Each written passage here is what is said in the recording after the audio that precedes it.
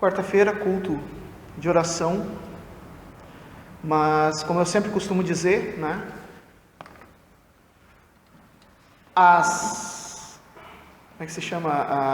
os sinais acompanhavam aqueles que criam. É o que diz a palavra de Deus. É o que diz o livro de Atos dos Apóstolos e diz no final dos Evangelhos. Os sinais acompanham aqueles que criam. Criam no quê? Na pregação. Então, quando a gente quer falar de oração, sempre temos que pregar a palavra antes. E aqueles que crerem na palavra que for ministrada, com certeza, verão o mover do Senhor. Amém? Nós metodistas, nós temos aquela música, o hino 64 ou 65, que é Vinde Espírito Divino. O hino 65, Vinde Espírito Divino. E o Vinde Espírito Divino, ele termina, a última estrofe dele, ele diz assim: maravilhas grandiosas outros povos têm, bênçãos venham semelhantes sobre nós também. O que essa letra está dizendo? Essa letra está dizendo assim, a pessoa que está cantando, ela diz assim, olha, eu estou vendo o que está acontecendo nos outros povos que clamam por Deus, outras, né, e hoje em dia seria outras denominações, outras congregações, outras igrejas locais, havendo curas, havendo transformação, havendo crescimento, havendo grandes moveres, havendo surpreendentes situações que comprovam o mover de Deus. E a pessoa que está cantando diz assim, essas bênçãos que a gente ouvi falar das outras igrejas locais, essas bênçãos que a gente ouviu falar de cura, de restauração, de salvação de pessoas que estavam perdidas, de renovo, de batismo no Espírito Santo, de provisão do nada, de crescimento da igreja, essas maravilhas grandiosas que a gente ouve falar, nós queremos também essas mesmas bênçãos aqui, aonde nós estamos, né? Então, para nós, né, as mesmas bênçãos a gente quer para a Igreja Metodista em Cachoeira do Sul. Maravilhas grandiosas outros povos têm, bênçãos venham semelhantes sobre nós também. Mas uma coisa que a gente tem que tomar muita consciência, isso tem tudo a ver com o culto de quarta-feira, isso tem tudo a ver com o culto de oração, quartas de guerra, a gente usa esse termo, né, para dizer que não é, nós temos na nossa casa, nós temos o nosso quarto de guerra, nosso local onde a gente dobra o joelho, é o nosso quarto de guerra, mas aqui na igreja, para a gente se reunir todos juntos, nós temos as quartas de guerra, onde a gente se reúne juntos, não só para lutar sozinho no nosso quarto de guerra, mas para estar aqui juntos e lutarmos juntos, uns com os outros, um apoiando o outro. Então, o que nós vamos falar hoje tem tudo a ver. Bênçãos venham semelhantes sobre nós também. Mas esses lugares onde existe cura, esses lugares onde existe restauração de vidas, esses lugares onde maravilhas grandiosas, a gente ouve falar de testemunhos de maravilhas grandiosas, que nós queremos também ter essas mesmas bênçãos semelhantes sobre nós, esses lugares, eles alcançam essas bênçãos da parte de Deus através da oração. É impossível, todo milagre, toda vitória da parte de Deus é antecedida de uma oração. Eu vou falar de novo. Todo milagre, toda vitória da parte de Deus é antecedida de oração. A gente pode conseguir outras vitórias menores, outras vitórias sem precisar de oração.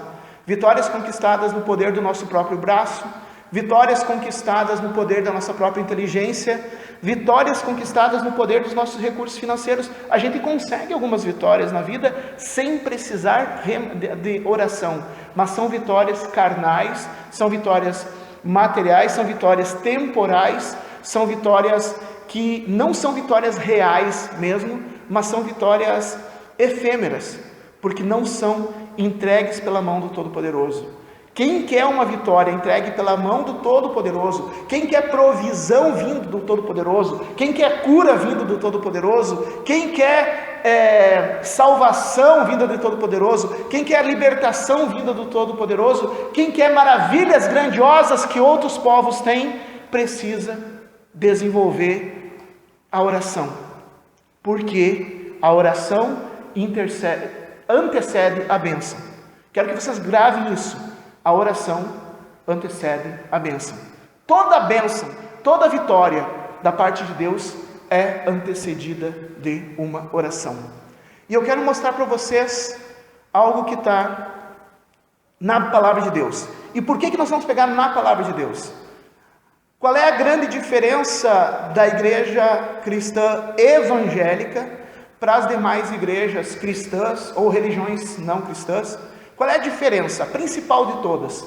A diferença é que a cristã evangélica, os cristãos evangélicos, eles são chamados assim porque eles não levam em consideração a opinião pessoal de fulano, de beltrano e de ciclano. Eles não levam uma revelação especial de fulano, beltrano e ciclano. Eles se baseiam, quem é evangélico se baseia nesse livro aqui que é a Bíblia. Isso é. Por isso que se nós metodistas, que somos cristãos evangélicos, queremos continuar dentro dessa visão, a gente não pode seguir a opinião de fulano nem de beltrano, a gente tem que seguir a palavra de Deus. E é por isso que a palavra de Deus vai falar hoje sobre a oração. E eu quero convidar a abrir a sua Bíblia em Atos dos Apóstolos, capítulo 2, vai ser poucos versículos, porque nós queremos orar ainda essa noite. Atos dos Apóstolos, capítulo, eu podia pegar vários trechos, mas eu quero pegar esse que é o mais fácil de achar. Atos, capítulo 2, versículo 46 e 47. Atos 2, 46 e 47. Os últimos dois versículos do capítulo 2 de Atos diz assim: diariamente perseveravam unânimes no templo, partiam pão de casa em casa e tomavam suas refeições com alegria e singeleza de coração, louvando a Deus e contando com a simpatia de todo o povo. Enquanto isso, acrescentava-lhes o Senhor dia a dia os que iam sendo salvos. Diariamente perseveravam unânimes onde? No templo. Diariamente perseveravam unânimes no templo. Nesse tempo, o que eles faziam no templo? A gente sabe, porque logo em seguida a gente vai ver Pedro e João indo até a Porta Formosa, onde eles se reuniam. O templo era um lugar muito grande. Não é que nem o nosso templo, que é uma bênção, é grande, mas o templo de Jerusalém era algo imenso.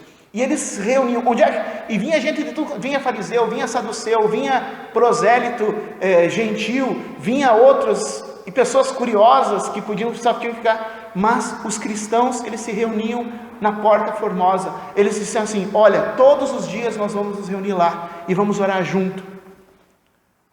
E eles faziam isso, diariamente. Não era só no sábado, como alguns pensam, não era só não, era diariamente, todos os dias eles se reuniam, e unânime, quer dizer, todos concordavam com isso. A gente acabou de ler que tinha 3.000, acima um pouquinho, 3.000 batizados, né? Então, e que antes disso eram 120 pessoas mais ou menos, e essas 120 pessoas foram acrescentadas mais 3.000, iam se acrescentando. E aonde eles se reuniam? Unânimes, todos concordavam. Eles, não sei quem é que teve essa ideia de dizer assim: onde é que a gente podia se reunir no templo para a gente orar sempre junto? Vamos na Porta Formosa. Unanimemente eles concordaram. Todos eles iam, todos os dias, mais de 1 hora por dia, né? Na hora nona, que era 3 da tarde, né? Foi que aconteceu aquele coxo, né? Pedro e João estavam indo na hora nona, estavam indo às 3 da tarde, e encontrou um coxo bem onde se encontrava, e Deus operou naquele momento. Bênçãos gloriosas, maravilhas gloriosas esse povo viveu. Mas eles oravam todos os dias no templo. Nós temos que entender que a fé tem várias dimensões. Existe a dimensão privada da fé, que é tu se fechar no teu quarto, tu ter o teu quarto de oração, e nesse quarto só tu sabe, nesse lugar onde tu escolhe, tu fala tua intimidade com Deus. Mas a fé também tem uma dimensão pública e uma dimensão comunitária, A dimensão comunitária da fé se vive através da congregação. Se sim, eu vivo a dimensão privada da minha fé, orando no meu quarto, eu também preciso ter a dimensão comunitária da fé, orando no templo. E esses povo da igreja primitiva, citado em Atos dos Apóstolos, eles se reuniam, todos eles concordavam de se reunir todos os dias no templo. Por que eles faziam isso? Porque eles eram seguidores de Jesus, e Jesus ensinou eles a fazerem assim. Quando Jesus foi preso, ele disse: diariamente estava convosco no templo, por que não me prenderam antes? Diariamente estava convosco. Jesus disse isso. Os discípulos de Jesus e os novos discípulos cristãos que foram ganhos para Jesus através dos 110 discípulos, eles aprenderam com o próprio Jesus a diariamente perseverar no templo. Quando Jesus subiu aos céus, eles, cheios do Espírito Santo, continuaram fazendo aquilo que Jesus fazia. Jesus perseverava no templo, eles também perseveravam no templo, dia após dia. Então quer dizer que eles não oravam em casa? Claro que eles oravam em casa. E não só eles oravam em casa, mas até eles faziam também cultos nas casas, que aqui diz, partiam o pão de casa em casa. Então eles marcavam culto nas casas, mas todos os dias eles se reuniam no templo. Jesus ensinou. Quero mostrar para vocês mais uma parte assim, né? Antes, está em Mateus capítulo 21, versículo 12 e 13, Jesus disse, antes, né, bem antes dessa passagem de Atos dos Apóstolos, Mateus 21, 12 e 13, diz assim: tendo Jesus entrado no templo, expulsou todos que ali vendiam e compravam, também derribou as mesas dos cambistas e as cadeiras dos que vendiam pombas, e disse-lhes: está escrito, a minha casa será chamada casa de oração, vós, porém, a transformais em covil de salteadores. Quem está falando isso é o próprio Jesus. Jesus não gostou, quando viu, ele não aprovou que o templo do Senhor estava sendo usado para comércio, que o templo do Senhor estava sendo usado para outra coisa. Jesus disse, o templo de Deus, a casa de Deus, o lugar onde o povo de Deus se reúne, é para se reunir para orar, não é para se reunir para outra coisa. E ele todos os dias ia fazer isso. Daí vão dizer assim, pastor, mas isso era naquele tempo. Não é naquele tempo. Há 270 anos atrás, os metodistas da Inglaterra se reuniam todas as madrugadas, às 5 da manhã, para orar. Todas as madrugadas, de segunda a segunda. Mas eles não tinham mais o que fazer? Claro que tinham. Eles trabalhavam às 6 da tarde, às 6 da manhã, iam para as fábricas, iam para as minas, iam para as faculdades, aqueles que estavam estudando na faculdade, mas antes de ir, eles se reuniam nas sociedades metodistas, às 5 horas da manhã em ponto, e faziam oração junto até às 6 horas, e das 6 horas em diante eles iam para os seus serviços, a ponto daqueles que não eram crentes, ou aqueles que não acreditam, que não tinham o Espírito Santo, podiam até estar dentro da igreja, mas não tinham o Espírito Santo, não entendiam essa loucura, porque é bem aquilo que está em João capítulo 3, depois vocês olham, João capítulo 3, Jesus diz assim para Nicodemos, se tu não nascer de novo, tu nunca vai ver o reino de Deus. Para quem não nasceu de novo, para quem não tem o Espírito Santo, é uma loucura realmente pensar em ir no templo todo dia para orar. Para que orar?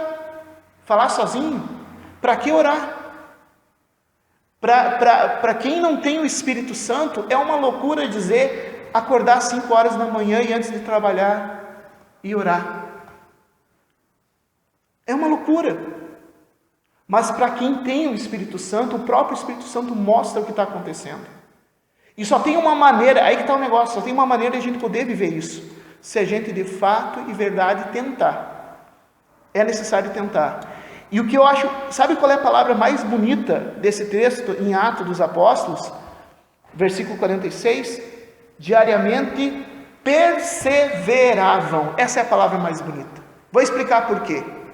Porque pode ser que algumas pessoas começaram a ir orar no templo com eles, mas desistiram. Esses não viram as bênçãos gloriosas. No dia de Pentecostes, agora, quando a gente estava celebrando Pentecostes, eu falei isso, né? Eram 500 pessoas que viram Jesus ressuscitado e que ouviram Jesus dizendo para perseverar em oração, mas só 120 receberam o batismo do Espírito Santo. Por quê? Porque algumas começaram a dizer, não, está demorando, acho que Jesus não vai mandar o Espírito Santo não, acho que eu vou fazer outra coisa. E perderam. Mas aqui diz que eles perseveravam.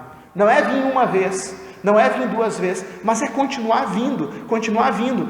E uma vez eu vi um pregador falando assim, ore até que tu tenha vontade de orar. Tu não tem vontade de orar? Tu não tem vontade de orar? Não sente desejo de orar? Então ore até vir essa vontade. Porque é uma das coisas que a gente pode pedir a Deus que nos dê a vontade de orar. E não desistir de orar, perseverar em oração.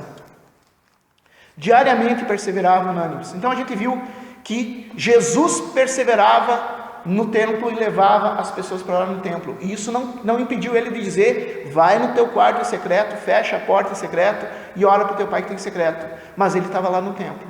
São duas dimensões da fé, a dimensão privativa, individual do teu quarto e a dimensão comunitária e pública de tu compartilhar a tua fé com os irmãos no templo.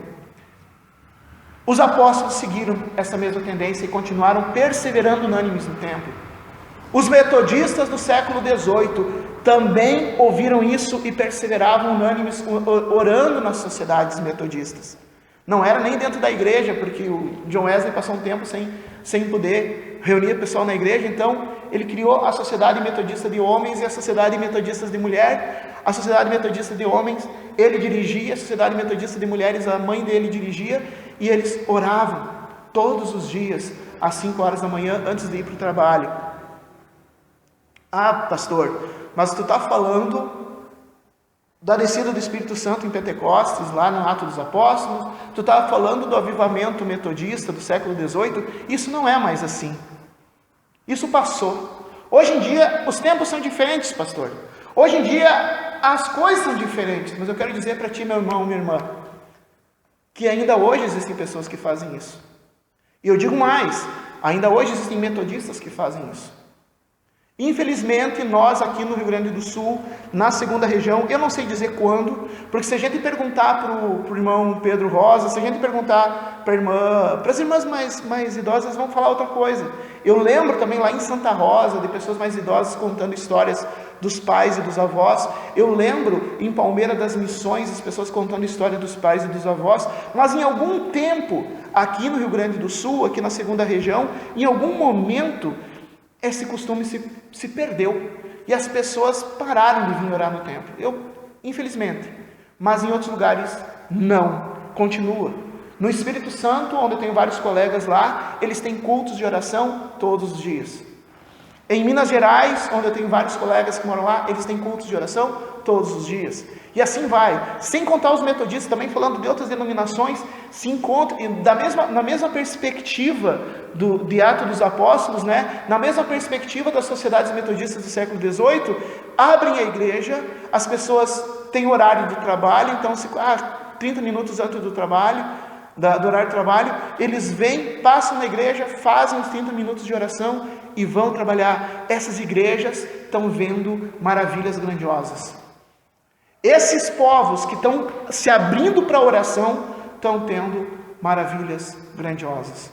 Outras pessoas ainda, isso aqui no Rio Grande do Sul já é assim, e eu tive o privilégio, a missionária Keila também, de participar de igrejas metodistas que fazem isso antes de cada culto, 30 minutos de oração. Eu pensei que isso aqui era só coisa dos neopentecostais. Não, quem inventou isso foi os metodistas, gente. Os neopentecostais só nos copiaram. 30 minutos de oração antes de cada culto, e maravilhas grandiosas têm sido operadas nesses lugares. Na igreja de Palmeira das Missões é assim, na igreja de Ibirubá é assim, na igreja de Rosário é assim. Eu posso começar a citar várias igrejas metodistas que é assim. Maravilhas grandiosas têm se operado, porque o povo tem despertado para a oração. E eu quero te desafiar e te convidar da parte de Deus para fazer parte dessas maravilhas grandiosas. Eu quero te convidar e te desafiar a parte de Deus a receber a bênção de Deus na tua vida. Eu quero te desafiar e te convidar da parte de Deus a receber renovo, cura, restauração da tua vida, restauração da tua família. Eu quero te convidar a isso. E é muito, muito, muito simples. Vida de oração. Não precisa 1 hora, como faziam os metodistas, não no início, mas comece com um período. Não precisa talvez ainda, agora talvez seja difícil vir todos os dias no templo. Há motivos para não vir no templo também, né? Se a pessoa está com um problema de saúde séria, é lógico que não convém vir em um ambiente público, né? Isso é explicado. Mas para outros motivos não. A gente vai no mercado todos os dias, a gente vai comprar pão todos os dias, a gente vai trabalhar todos os dias, a gente vai sair para dar um passeio todos os dias, a gente faz muitas coisas todos os dias, a gente sai das nossas casas para ver muitas coisas todos os dias. Por que não sair todos os dias para oração? Mas se não pode ser todos os dias, meu irmão, minha irmã, pelo menos na quarta-feira, saia da tua casa e deixe Deus operar na tua vida através da oração. Chegue também no domingo, no sábado, lá no Apóstolo Paulo é no sábado, aqui é no domingo.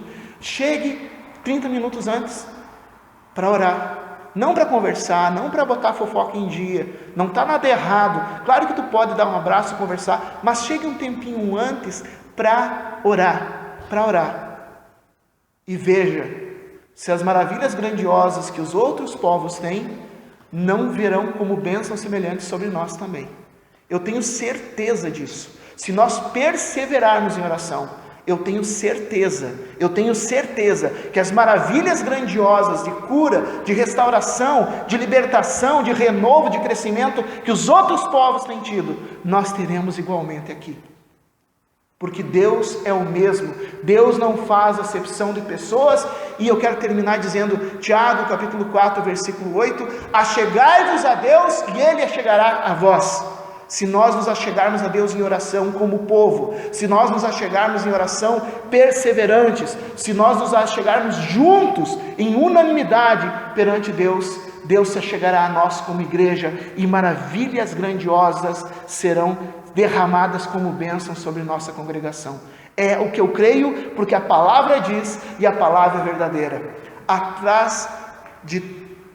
Antecedendo a toda a bênção está uma vida de oração. Antecedendo a todo milagre está uma vida de oração. Antecedendo a toda cura está uma vida de oração. Antecedendo a toda libertação está uma vida de oração. Antecedendo ao crescimento da igreja está uma igreja que ora. E eu quero te convidar da parte de Deus para fazer parte dessas maravilhas grandiosas.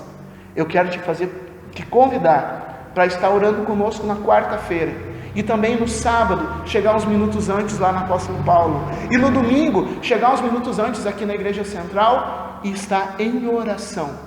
E veremos juntos as maravilhas grandiosas sendo derramadas como bênçãos sobre a nossa vida particular, sobre a tua vida e sobre cada um de nós e sobre a Igreja Metodista de Cachoeira como um todo. Amém? Então vamos colocar em prática e vamos orar.